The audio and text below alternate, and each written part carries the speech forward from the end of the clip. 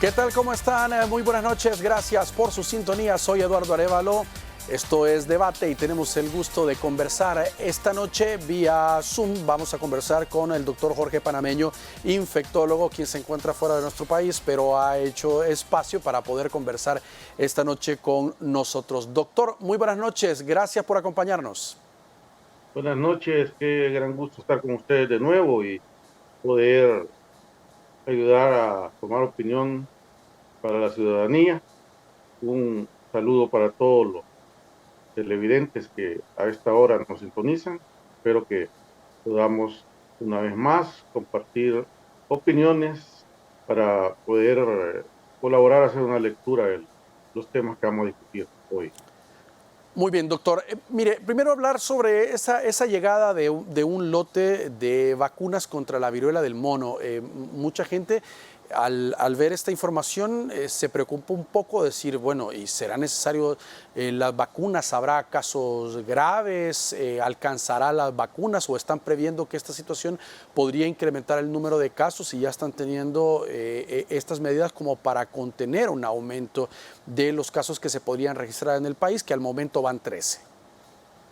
Sí, en primer lugar, hay que decir que se trata de una excelente noticia porque esto añade una herramienta más en el manejo de la actual emergencia internacional que constituye la viruela del mono o símica y que hay que hacer una serie de consideraciones al respecto. Es decir, el adecuado manejo de la emergencia incluye el poder disponer de vacunas para controlar su diseminación a través de la comunidad, al igual que recientemente sucedió con la COVID-19, ¿verdad? Pero hay algunos puntos que hay que aclarar.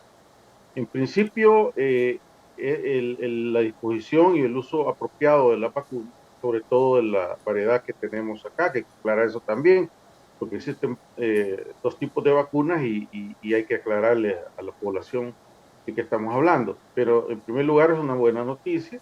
Ahora debemos entender que la cantidad de vacunas, de dosis que llegan, que son 1.400, según información oficial, Sí. alcanza para 700 esquemas, para 700 personas, es decir, porque el esquema utilizado al momento y recomendado es de una dosis que son 0.5 ml subcutáneos, seguida de una segunda dosis con un intervalo de 4 semanas, ¿verdad? Entonces, es decir, que el esquema completo de vacunación son dos dosis, no una. ¿De acuerdo? Entonces, ahí tenemos para 700 personas.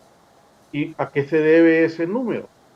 Ese número se debe a la baja disponibilidad que hay de la producción, por tanto, la oferta de este producto biológico, que actualmente solo se fabrica en Dinamarca por un proveedor, un fabricante, y obviamente no puede este fabricante responder a la demanda internacional, ¿verdad? De manera que la vacuna se está, digamos, racionando a lo largo del mundo. En este caso, la Organización Mundial de la Salud, a través de la OPS, entró en negociaciones con el productor y lograron obtener una cantidad de vacunas que en agosto la OMS decía que eran 100.000 dosis que se iban a repartir en Latinoamérica entera, ¿verdad? Y es así que lo que nos ha correspondido a nosotros son 1.400. ¿Sí? No es que se haya pedido solo eso, sino que eso es lo que nos pueden dar. Y entonces eso va a significar que hay capacidad para atender a 700 personas. Y la atención, debido a esa escasez, que existen protocolos y lineamientos internacionales dados por agencias de la salud como la OMS misma, CDC Atlanta, el ECDC, o sea, el CDC europeo, ¿verdad? Que han ya emitido normativas al respecto de esto desde hace tiempo. La vacuna es una vacuna que fue licenciada en 2019, ¿verdad?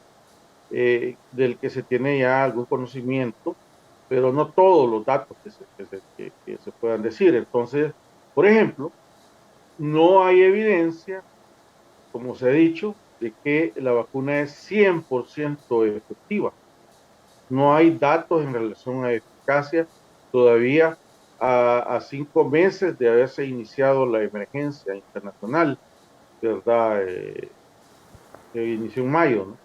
Entonces, lo que sí se conoce es que es una vacuna muy segura, que se ha venido utilizando a lo largo de estos años y que se espera que su eficacia sea alta, pero todavía no está medida. En una última, esto fue analizado por el Comité de Expertos de la Organización Mundial de la Salud en su última reunión, el SAGE, sus siglas en inglés, se reunió entre el 3 y el 6 de octubre, y por recientes artículos que han sido publicados en revistas importantes de nivel internacional, en donde, por ejemplo, uno de los estudios demostró que al comparar dos poblaciones, un grupo de aproximadamente 600 personas que no recibieron la vacunación y otras 600 aproximadamente que sí la recibieron, se mostró que aquellos que no recibieron la vacuna tenían un 14% más de incidencia de la enfermedad. La expectativa es que la vacuna sea de alta eficiencia, en base a las experiencias que se han tenido con la vacuna antivariólica. Por cierto, y debo aclarar, son dos tipos de vacunas los que existen actualmente. Una es la plataforma tradicional que utilizamos, que la humanidad utilizó y con la cual se pudo erradicar la viruela humana, vacuna antivariólica humana, No es la misma ¿verdad? vacuna, doctor. No, en este caso, la vacuna que ha llegado al país y que está siendo provista por la OMS a través de la OPS es una es una vacuna de una nueva generación, mucho más avanzada en cuanto a su tecnología, que está compuesta por virus vivos, pero que han perdido, se les ha eliminado la capacidad de replicarse, de multiplicarse, ¿verdad? Y a diferencia de la otra vacuna que ha estado en uso, a pesar de que la vacunación a nivel internacional se suspende en 1980, eh, diversas situaciones como el bioterrorismo, en donde ha habido una alta preocupación por una reemergencia de la viruela humana, todavía hay situaciones en las cuales se usa la vacuna de forma muy restringida. Por ejemplo, el ejército americano tiene como normativo vacunar a sus miembros y Estados Unidos tiene más de 300 millones de dosis en resguardadas por si hubiera un brote relacionado con bioterrorismo en los Estados Unidos.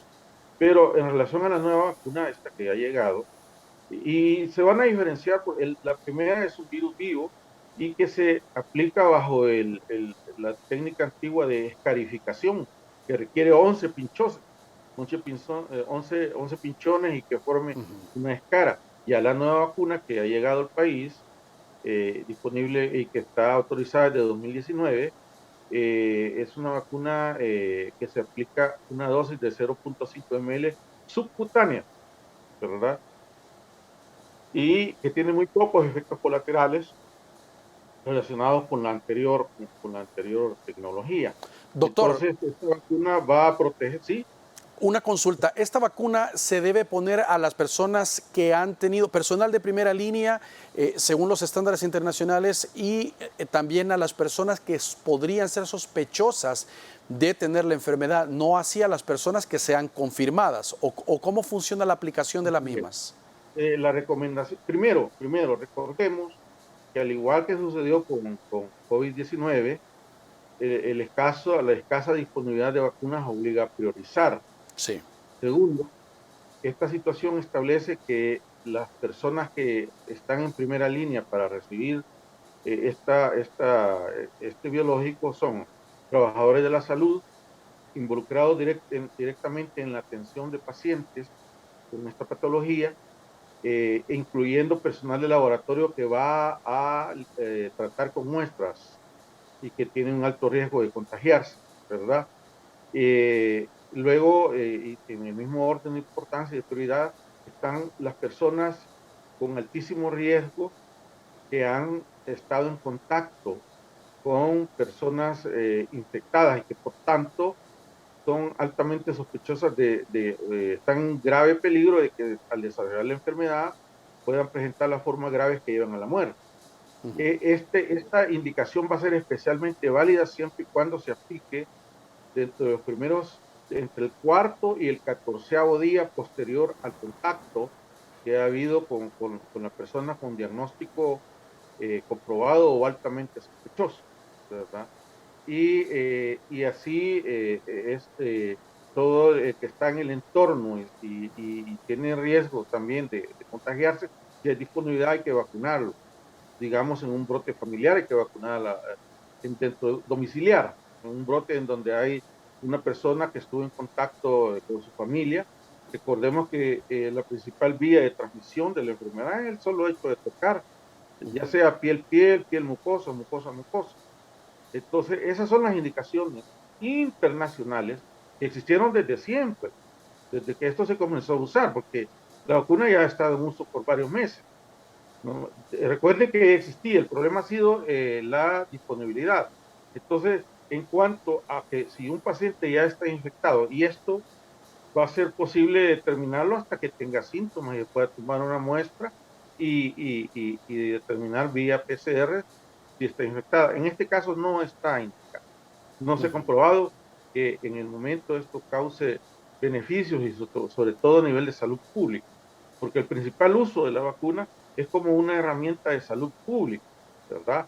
Y para evitar que la enfermedad se siga desarrollando primero a nivel familiar y luego va así por la comunidad. Ahora, debe de haber un control exhaustivo, doctor, porque hay gente que podría llegar a entrar, digamos, en un pánico de decir, pero yo no sé si he tenido contacto, mejor voy a ir y voy a buscar que me lo pongan, y tal vez no es necesario y podría ser un desperdicio aplicarle a esta persona. En primer lugar, no olviden el número de dosis que han venido. Es decir, las que hay alcanzan para proteger a 700 personas. Solo contabilicemos el número de trabajadores de la salud involucrados en la atención. Sí. En segundo lugar, estoy bien seguro que a la hora de evaluar la aplicación, pues se hará un estricto apego a los protocolos. Entonces, si alguien no califica, no califica y no puede con el número de dosis que tenemos utilizarse esto. A mí más me preocupa ese tema, creo que se puede controlar muy bien a la hora Okay. de administrar el centro de vacunación, que no se ha dicho dónde y cómo lo van a aplicar, ¿verdad? Ahora, a mí más me preocupa en ese sentido afirmar que la vacuna protege en el 100% del desarrollo de la enfermedad, protege en el 100% de la mortalidad. Eso no es cierto. Y es peligroso hacer esa clase de afirmaciones porque alguien vacunado puede pensar, entonces yo ya estoy libre de peligro, estoy vacunado y ya puedo bajar la guardia y ya no tener las precauciones que debo tener. Esto lamentablemente no es así. Aún vacunado, la persona puede infectarse, ya registrar un caso, ¿verdad? Entonces, es bien importante que la persona entienda que el objetivo primordial de la vacunación es salvaguardar el estado de salud y la vida.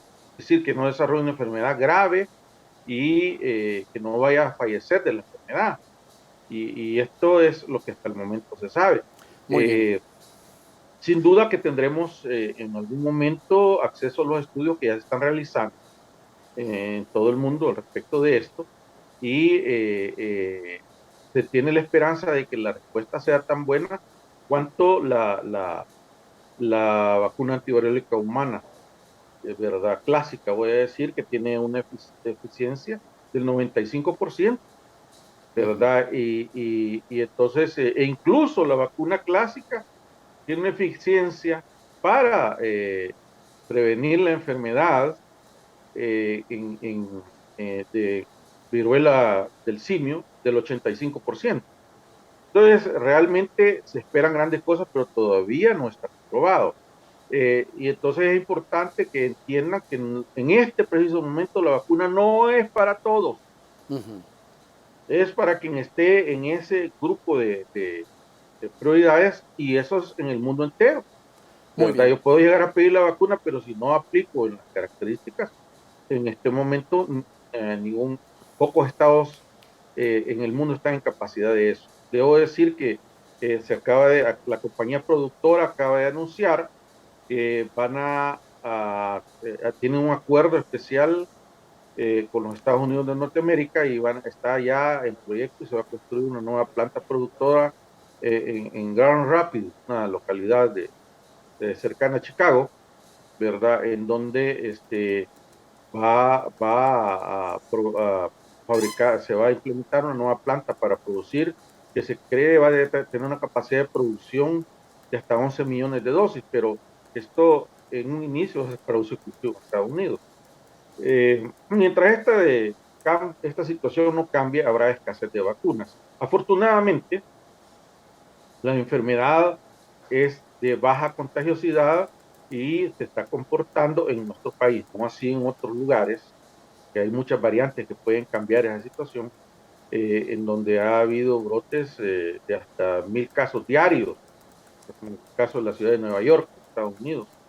En esta situación se espera y se han hecho cálculos. Debo recordar que hay una proyección, ya un modelo establecido que predice que a finales de noviembre podríamos tener un máximo de 180 casos, ¿verdad? Entonces, si se guardan las normas apropiadas de prevención, eh, no farmacológicas, que no incluyen la vacuna, que ya han sido ampliamente difundidas, la necesidad de vacunas por el momento va a ser una situación no tan apremiante como lo fue la COVID-19. Muy bien. Sin Doctor, duda, vamos a hacer una con el pausa tiempo va a haber y más vamos a regresar con vacunados. otras preguntas también importantes sobre este tema, estos y otros temas también que vamos a abordar esta noche. Ya regresamos.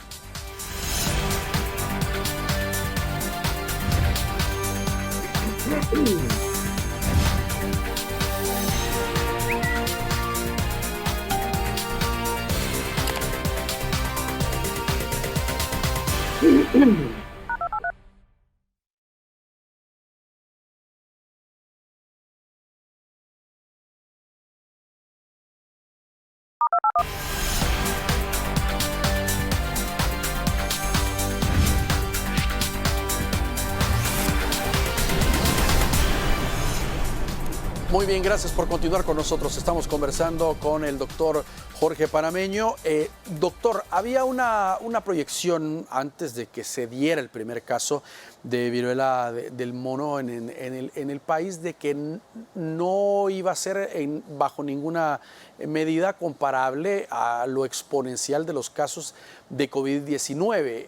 ¿Esa tendencia se ve así o podría sufrir, si es que no se toman las medidas, alguna variación y ver un número de preocupación de casos de aumento, o digamos va a ser una tendencia muy baja?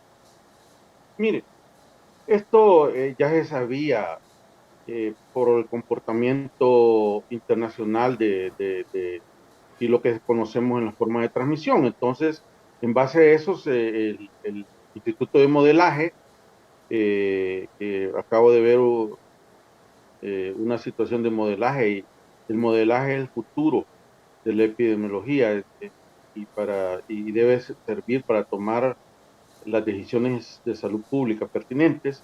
Este modelo fue realizado por la Universidad Francisco Gavidia del Instituto de Modelaje, y estableció que como parámetros para en octubre, después del primer caso, a final de octubre, iba a haber, se especulaban 20, pero que para finales de noviembre iban a haber un máximo de 180 casos. Por el momento, la dinámica, hay 13 casos, estamos casi finalizando octubre y se mueve dentro de lo esperado.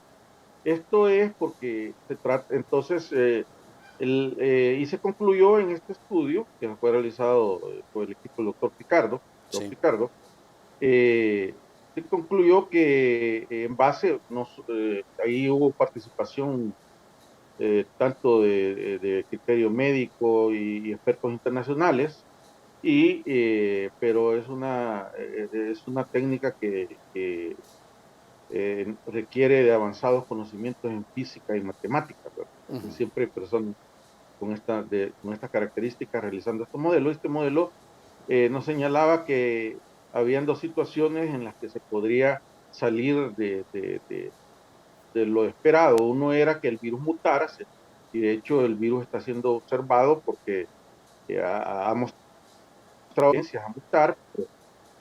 Y la otra situación es que hubiera un mal manejo en el aspecto de las medidas a tomar. Yo creo que la posibilidad de que se salga de control esta situación en el país es bastante baja, ¿verdad? Y entonces, por el momento se está comportando así y esperemos que continúe así mientras dure esta emergencia, ¿verdad?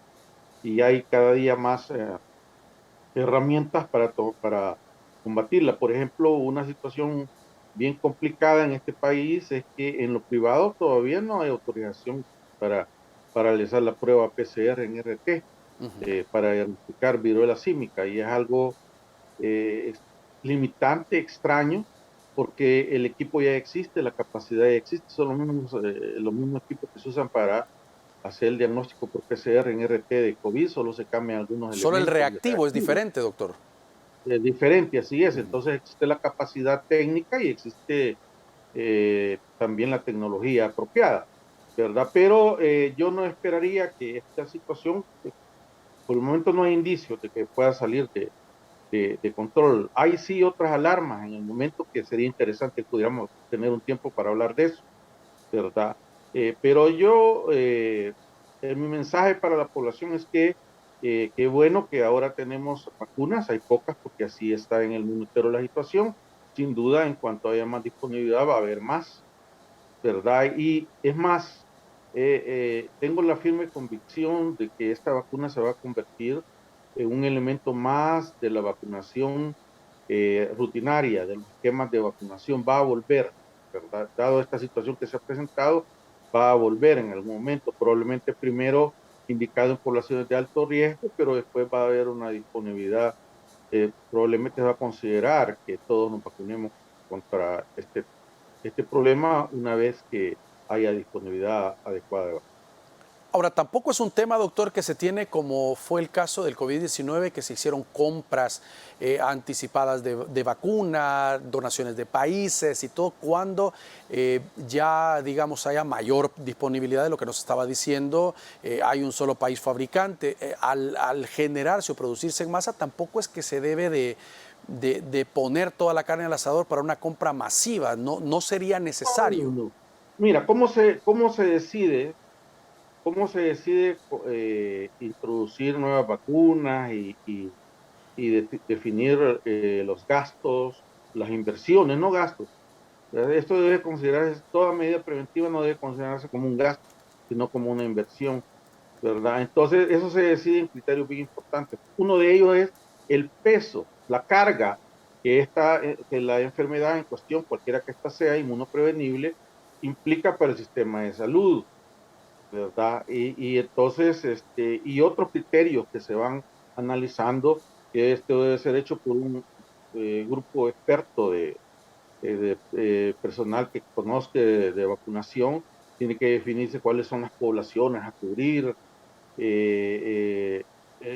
definirse si hay un costo-beneficio con la adquisición de esta vacuna, y ahí se va definiendo el orden de prioridades, ¿verdad? En qué debe estarse. No es una situación en este momento que requiera de grandes compras masivas en la realidad de El Salvador, porque no es lo mismo lo que está pasando acá con lo que sucedió en Europa entera, España a la cabeza, y lo que está pasando ahora en Estados Unidos, ¿verdad?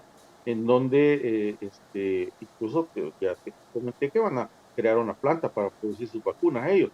De manera que esto, aunque se quisiera, hoy mismo que se quisiera, no se puede.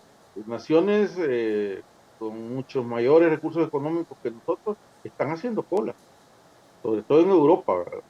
Me extraña que en Europa no se esté planteando crear una planta para ellos, pero el punto es que en este momento no significa una situación como la de la COVID-19, definitivamente no con esta enfermedad. Siempre se ha hablado por parte de las autoridades el tema de la no estigmatización en este tipo de casos, doctor, pero ¿será que es necesario lanzar una campaña de información, de educación a la población en torno a este tema para evitar que haya gente que pueda acudir a los establecimientos a realizarse la prueba o a llevar un control de lo mismo? Desde el momento en que se definió este problema hace meses como una emergencia internacional, emergencia epidemiológica internacional, que es el paso previo a declararlo pandemia. Desde ese momento establecíamos que la piedra fundamental en la prevención de esta enfermedad es la educación para la salud, dirigida concretamente a educarnos a todos los salvadoreños en el sentido de cómo se transmite la enfermedad, cuáles son las complicaciones, quiénes están en mayor riesgo, qué medidas preventivas son realmente válidas. Y nunca se hizo esto, ¿no? Y llamábamos a la necesidad de hacerlo por todas las vías posibles, por las redes, por los medios escritos, hablados, televisivos, y nunca hubo una campaña, ¿verdad? Entonces eso era necesario desde antes que la enfermedad llegara, mucho antes, no digamos en este momento, ¿verdad? Cuando ya estamos en plena situación de diseminación en la comunidad, aunque de forma lenta, sigue siendo necesario, ¿verdad? En este y cualquier otra enfermedad de esta naturaleza. Ahora es muy difícil, doctor, dar un diagnóstico de la enfermedad por las características que puede tener, que incluso la parte de las marcas puede parecerse a otras enfermedades si es que no se tiene la certeza de la prueba. Es decir, el diagnóstico definitivo depende de la prueba. Clínicamente, uno solo puede llegar al nivel de sospecha, alta sospecha, como tú quieras, pero para sellar el diagnóstico es necesario hacer la prueba, porque sí se puede confundir o incluso puede estar mezclada con otras enfermedades, ¿verdad? Particularmente la piel, ahí tenemos varicela, el herpes zóster. Yo he visto muchos casos que han llegado con sospecha de esto y en realidad se trataba de varicela, de herpes zóster, algunas infecciones de la piel que producen ampollas. Y entonces, en ocasiones es difícil y también hay manifestaciones diferentes, muy diferentes. En algunos casos puede ser muy pronunciada, sobre todo con las personas que son inmunodeprimidas, y en otros casos puede ser bastante atípica. Se ha reportado internacionalmente que casos hay que ni fiebre presentan. Entonces, definitivamente el diagnóstico se basa en la identificación del virus a través de la técnica de PCR en RT.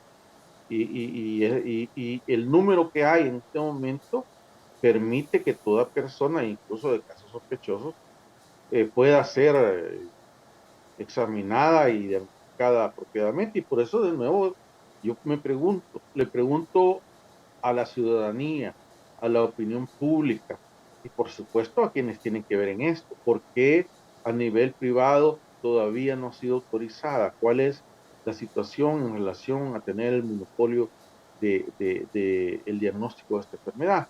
¿Verdad? Porque no hay otra forma de tener certeza diagnóstica sino con la prueba apropiada en este momento.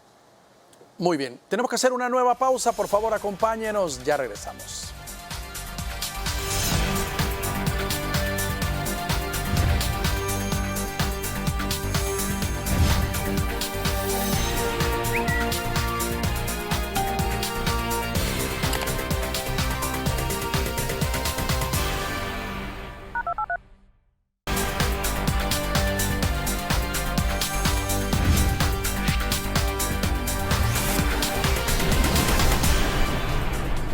Muy bien, gracias por continuar con nosotros. Estamos conversando con Jorge Panameño, infectólogo. Doctor, hay una situación también que ha generado preocupación en algún sector del gremio médico, y es la necesidad de reforzar los esquemas de vacunación nacional. En comparación a Centroamérica, se ha señalado algún retraso en ciertas dosis de vacunas. ¿Se mantiene esta situación?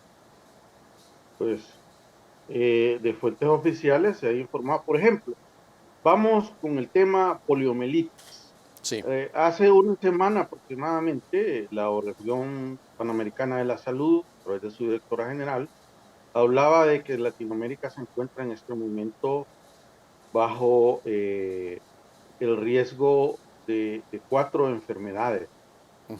Una es la COVID, la otra es la viruela del mono, pero ambas hay elementos suficientes como para mantenerlos bajo control, tal como hemos conversado. correcto. Y la pandemia, pues COVID, aunque está activa, es muy probable que en próximos meses entre ya en la fase de endemicidad.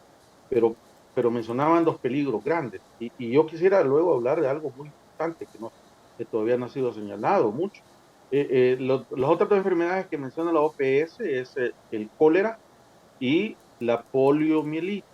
Hablemos de la poliomielitis. La poliomielitis, también conocida como parálisis infantil, es una enfermedad que ha causado a través de los siglos un tremendo impacto en la humanidad, generando sobre todo parálisis en niños, pero también en adultos, ¿verdad? Un ejemplo histórico de alguien que padeció en la edad adulta de polio y lo dejó en silla de ruedas fue el presidente Franklin Delano Roosevelt de los Estados Unidos de Norteamérica, que quedó en silla de ruedas y eso lo estimuló para que destinara fondos que hicieron con que dispusiéramos luego de la vacuna, de la primera vacuna antipolio que fue inyectada, la vacuna Salk, y luego pues apareció la vacuna Sabin, que es oral. Entonces, estamos a riesgo de que hay una reemergencia de la poliomielitis, pero también sarampión y otra cosa. Pero quiero hablar en particular de la poliomielitis porque es donde se nos presentaron cifras.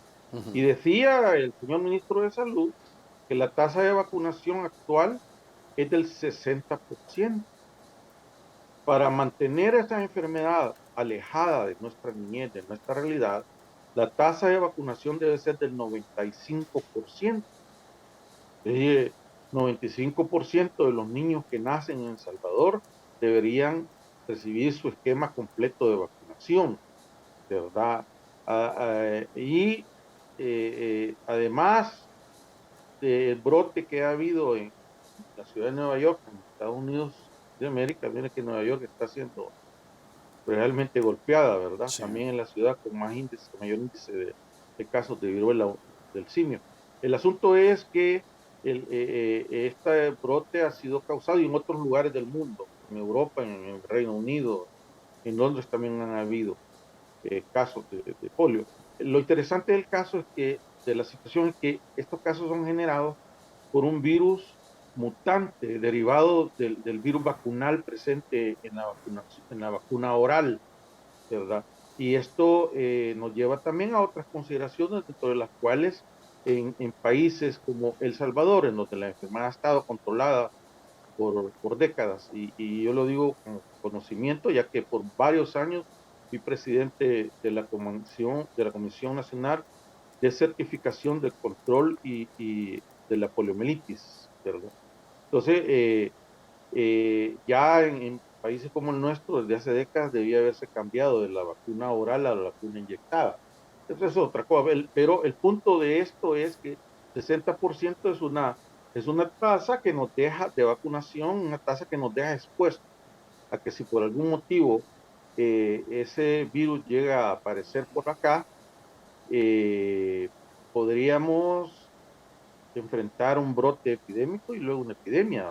¿Por qué En el tan pasado bajo? fue ¿Por tan qué ese común. 60%, doctor, y no el 95% cerca del estándar requerido?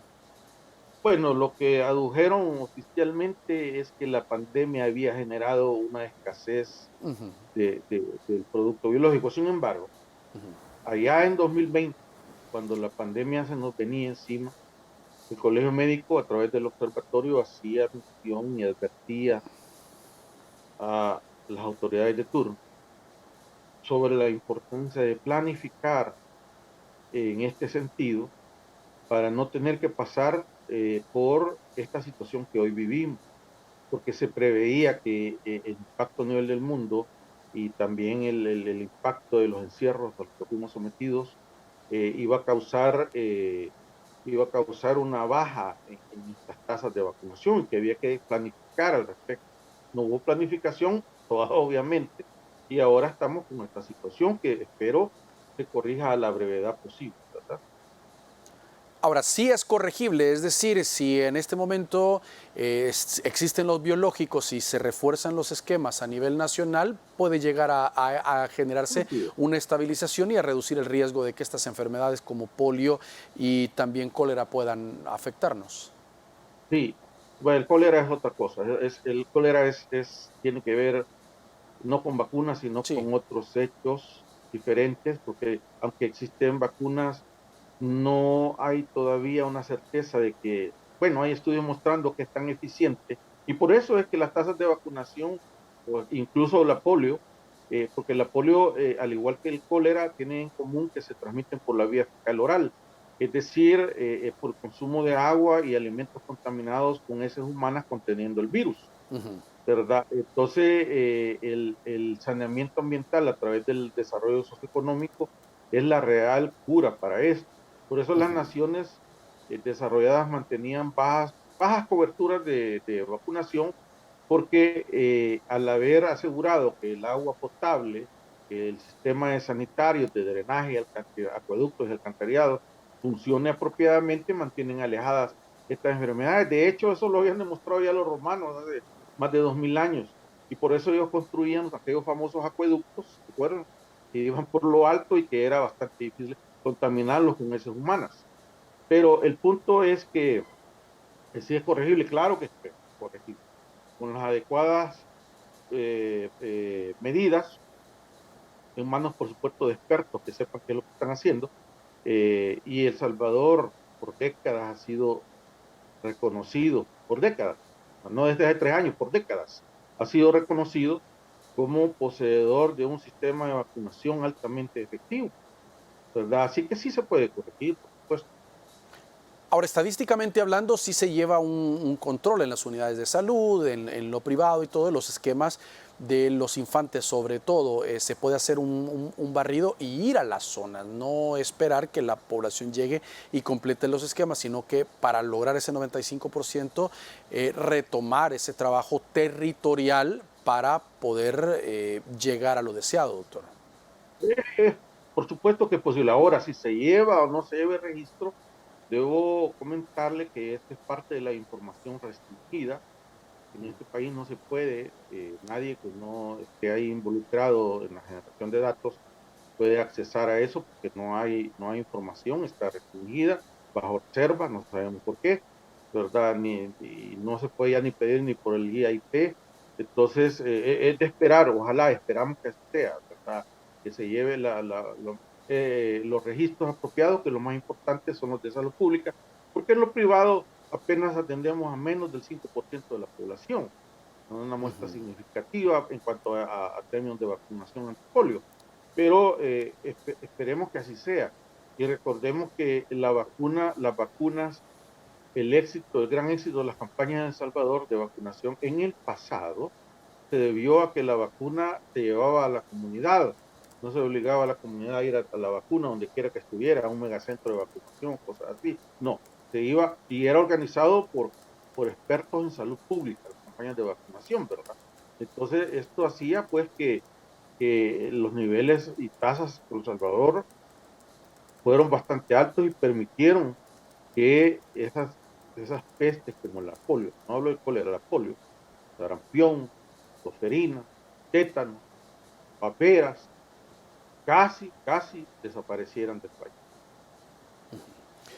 Muy bien, doctor. Y en cuanto a los casos de cólera, ¿cómo sería una estrategia eficaz para evitar que tengamos problema como ya se ha estado advirtiendo a nivel internacional para nuestros países? Y luego me gustaría hablar sobre una enfermedad respiratoria que está, por favor, eso es bien importante, me conceda tiempo para Con hacer una gusto, en el referencia. siguiente bloque lo abordamos, doctor. En cuanto al cólera, Ujú. hay un principio en epidemiología que dice que el que no busca no ve, y el que no ve va a tomar medidas tardías, siempre va a tomar medidas tardías. O sea, como ya vivimos eso con el chikungunya en su hora, con el Zika en su hora, ¿verdad? De que no se vigiló y cuando ya se reconoció oficialmente, ya aquí estábamos hasta el cuello de casos de cada una de estas enfermedades, ¿verdad? Ya que era imposible ocultar el sol con un dedo.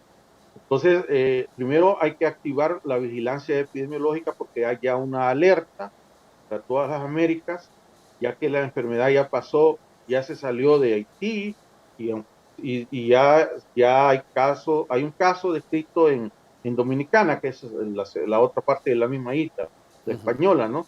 Entonces una señora que estuvo ahí y llegó hasta el otro extremo, hasta Punta Cana, ¿verdad? Que es el otro extremo de la isla, atravesó todo el país de Dominicana y probablemente diseminando la bacteria. Entonces hay que el sistema de vigilancia epidemiológica, que tampoco conocemos aquí cómo se hace, qué se hace, y no se ha informado nunca públicamente, ni hay dónde ir a ver, porque no están actualizados los registros.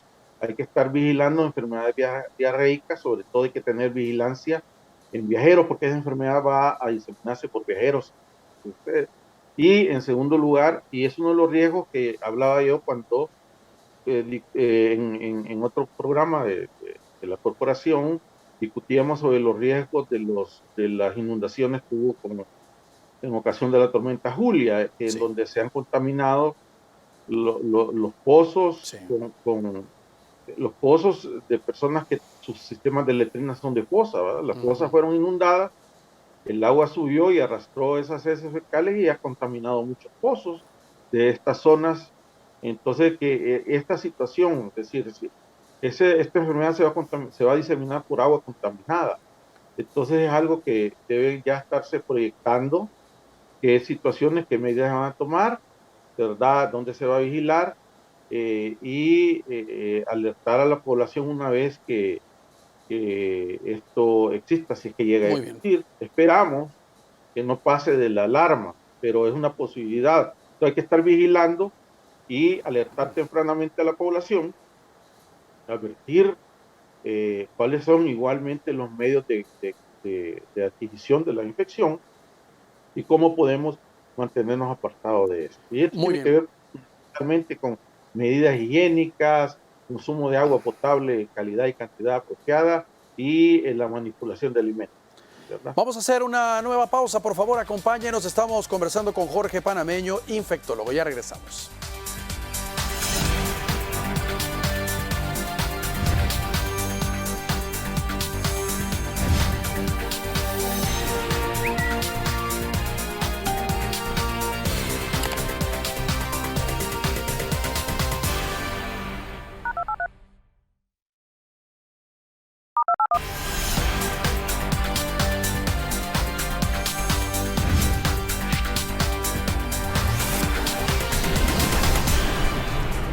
Muy bien, gracias por continuar con nosotros. Doctor, nos decía que quería un tiempo también para abordar un tema de salud importante al cual hay que poner atención. Sí, quiero hacer un llamado a la ciudadanía y muy especial a la Asociación Salvadoreña de Pediatría.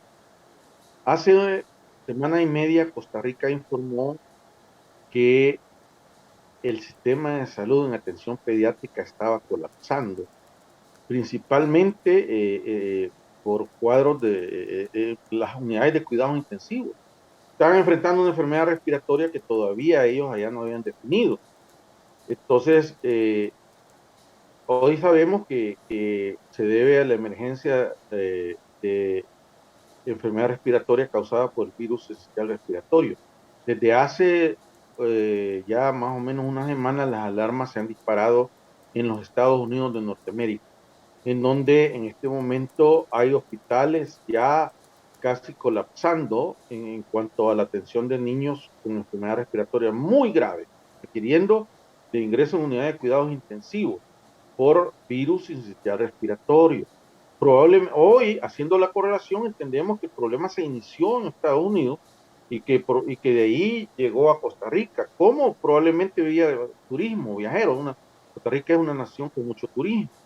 Entonces, en este momento hay una grave preocupación porque todos los días está subiendo la incidencia, el número de casos nuevos y está causando verdaderos problemas. Eso, en mi opinión, debe ponernos Claro. en alerta por la llegada, la probable llegada del virus al respiratorio. Además, se están registrando un aumento en los casos de influenza. Ya en el hemisferio norte y también en Costa Rica se han reportado. Por lo tanto, hago un llamado a las autoridades y a los pediatras a que estén pendientes porque es de alto riesgo la posibilidad de que se produzca un fenómeno similar en El Salvador. Hago un llamado a la ciudadanía salvadoreña que se vacunen contra la influenza porque esto también está emergiendo con gran fuerza y actualmente hay vacunas disponibles, tanto en el sistema de salud como en lo privado, y hay campañas y hay que vacunarse contra la influenza, hay que vacunar a nuestros niños contra la influenza, ¿verdad? Y hay que estar pendiente de esto, porque si estamos solo vigilando la viruela del mono, que hay 13 casos, aquí los casos se van a de enfermedad respiratoria por virus respiratorio, se van a producir por miles y llegar a llegar. Infelizmente es una enfermedad un virus contra el que no existe vacuna, de muy difícil tratamiento, ¿verdad? Y que también constituye un riesgo para adultos, sobre todo aquellos adultos con inmunodeficiencias relacionadas con malignidades hematológicas, que están sometidos a quimioterapia y cosas como esta, y se están registrando mutaciones en el virus en el cual también personas sin factores de riesgo pueden infectarse de esto. Por lo tanto, es una situación que debe ya reportarse, que debemos ser informados los ciudadanos qué se está haciendo y cómo se considera el riesgo en este momento para una situación que está ahí tan cerca como Costa Rica, ¿Cuáles son las ¿verdad? características, doctor, para tenerlas en cuenta de este problema respiratorio Una enfermedad sincitial, de este virus? respiratoria, es una enfermedad respiratoria de transmisión aérea, Ok. ¿verdad? Que se va a manifestar inicialmente como un resfriado, pero que poco a poco va agravándose hasta llegar a comprometer unas estructuras en los pulmones de los niños, porque afecta mayormente en menores abajo de 5 a 7 años, de abajo, afecta y es de especial letalidad para los neonatos. Se presenta inicialmente como un cuadro respiratorio tipo gripal o catarral, pero que luego va aumentando con marcado broncoespasmo, bien importante, va a producir una afectación que se conoce como bronquiolitis, no bronquitis, bronquiolitis, y es una de las causas más reconocidas que dejan como secuela el asma para los niños que sobreviven, pero se está viendo de una manera especialmente agresiva aquí donde se ha presentado, y hago un llamado a la población, sobre todo a la Asociación Salvadoreña de Pediatría, para que se pronuncien al respecto y que nos informen a los demás, a la ciudadanía salvadoreña, cuál es la situación en este momento y cuáles son los riesgos esperados. Obviamente la vacunación contra la influenza puede ayudar a evitar una tasa grave de lo que se puede estar registrando y acudir al médico, doctor. No decir, no, es una simple gripe, ya le va a pasar y automedicar en casa. Que un niño esté vacunado, apropiadamente vacunado, nos ayuda para hacer el diagnóstico diferencial, ¿verdad? Porque inicialmente es bien difícil de establecer diferencias, pero es bien importante que la mayoría de los salvadoreños estemos vacunados contra la influenza, ¿verdad? Porque también anda ahí ya sacando sus manos y ha causado varios casos de enfermedad grave en niños. Pero recordemos que la influenza también va a afectar a los adultos. Es más, las estadísticas nacionales nos hablan de que aunque los casos de neumonía han bajado, la letalidad asociada a la neumonía ha aumentado casi arriba del 15%. Se están muriendo más niños, ¿verdad? Y más adultos. Entonces, esto significa que probablemente es influenza, pero se viene este problema que en este momento está disparando todas las alarmas en la Unión Americana y ya en Costa Rica han experimentado un casi colapso del sistema de salud. Estaban considerando incluso suspender clases y volver al uso masivo de mascarillas y una serie de circunstancias. Así que ojo, ojo, voy a repetir, el que no busca no ve y el que no ve va a tomar siempre, va a dar una respuesta extremadamente tardía. Muy bien, doctor, gracias por acompañarnos esta noche. Las recomendaciones y muy puntualmente estaremos dando seguimiento a este virus sincitial, pues que ya nos decía está muy cerca casos en Costa Rica y en Estados Unidos. Gracias por atender este enlace y compartir estos temas importantes para los televidentes. Un gusto y un saludo a la población salvadoreña, siempre pidiendo a nuestro Creador que tenga misericordia de nuestro país y nos guarde de tanto mal. Muy bien, gracias a ustedes por su sintonía. Que descanse en su cita con nosotros el día de mañana. Les esperamos.